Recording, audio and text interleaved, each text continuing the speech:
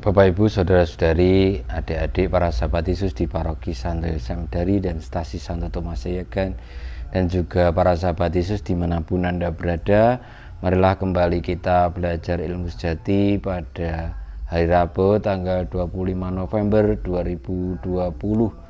Marilah kita mengawali pembelajaran ilmu sejati kita dengan berdoa. Dalam nama Bapa, Putra, dan Roh Kudus. Amin. Allah Bapa yang Maha Baik, kami bersyukur karena Engkau telah menunjukkan jalan keselamatan kepada kami dalam diri Yesus Kristus Putra-Mu. Semoga sabdanya yang kami dengar sungguh menjadi bekal perjalanan hidup kami untuk mewujudkan cinta kasih, keadilan, dan damai sejahtera, serta untuk memasuki kerajaan-Mu yang abadi. Sebab Dialah Tuhan, pengantara kami yang bersama dengan Dikau dalam persatuan Roh Kudus hidup dan berkuasa Allah sepanjang segala masa. Amin. Saudara-saudari yang terkasih, para sahabat Yesus, pada hari Rabu tanggal 25 November 2020 kita akan belajar ilmu sejati dari Injil Yesus Kristus menurut Lukas bab 21 ayat 12 sampai dengan 19. Pada waktu itu Yesus berkata kepada murid-muridnya, "Akan datang harinya kalian ditangkap dan dianiaya karena namaku. Kalian akan diserahkan ke rumah-rumah ibadat, dimasukkan ke dalam penjara, dan dihadapkan kepada raja-raja dan para penguasa. Hal itu akan menjadi kesempatan bagimu untuk bersaksi. Sebab itu tetap teguhlah di dalam hatimu. Jangan kalian memikirkan lebih dahulu pembelaanmu.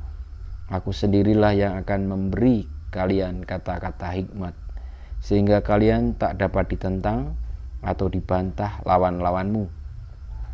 Dan kalian akan diserahkan juga oleh orang tuamu, saudara-saudaramu, kaum keluargamu, dan sahabat-sahabatmu.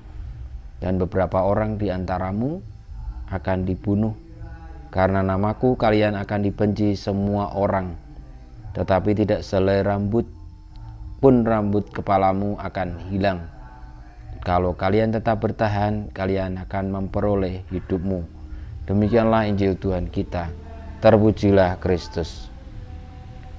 Saudara-saudariku, para sahabat Yesus, sabda Tuhan yang kita dengarkan kiranya memiliki pesan yang jelas bahwa dalam perjalanan waktu-waktu yang akan datang, dari keyakinan iman kita akan menemui berbagai macam resiko, berbagai macam tantangan dan kesulitan.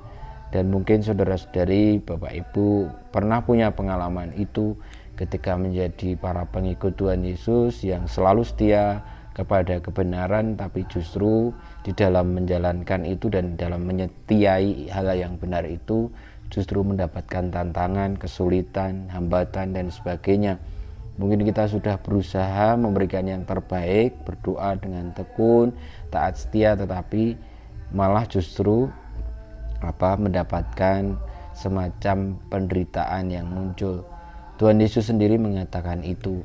Dan seandainya jika karena namanya kita dibawa kepada pengadilan, kita dituduh, difitnah, dan juga oleh orang-orang yang tidak suka dengan hal itu, maka apa yang disampaikan Tuhan Yesus tadi sudah jelas bahwa Tuhan sendiri yang akan menyediakan, akan memberikan kata-kata hikmat, sehingga apapun yang kita jawab akan bisa menjawab orang-orang yang mempersoalkan kita atau lawan-lawan.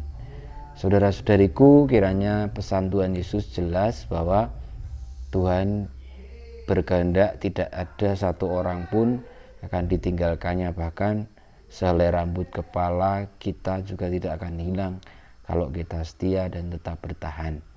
Kiranya pesan itu juga menjadi kekuatan kita, bagaimana kalau kita belajar ilmu sejati, ya tetap setialah dengan yang sejati itu. Jangan mudah tergoda kepada hal-hal yang lain, meskipun hal-hal yang lain itu seolah-olah membuat kita nyaman, lalu menjauhkan kita dari segala ancaman dan sebagainya.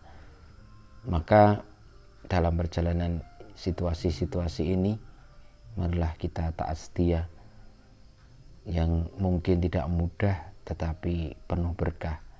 mungkin apa yang kita harapkan tidak seketika bisa kita terima, tetapi kalau kita menanam yang baik tentu akan menuai yang baik pula.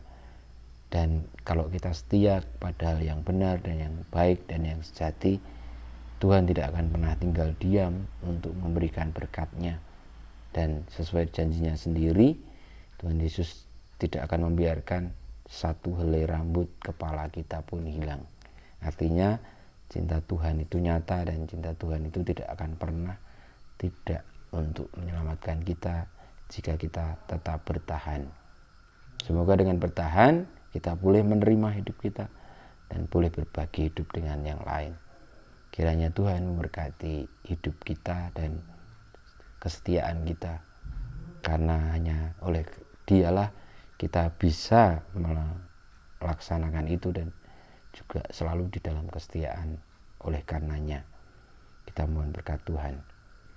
Kemuliaan kepada Bapa dan Putra dan Roh Kudus, seperti pada permulaan, sekarang, selalu, dan panjang segala abad. Amin. Ya Yesus, jadikanlah hati kami seperti hati-Mu.